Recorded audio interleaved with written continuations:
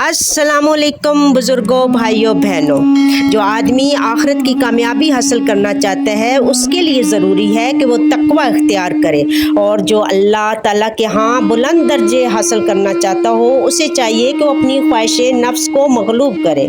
कामयाब वो है जो अपने ज़ोरे बाजू से उठकर अल्लाह ताला के एक काम बजा लाए और आराम हासिल करे।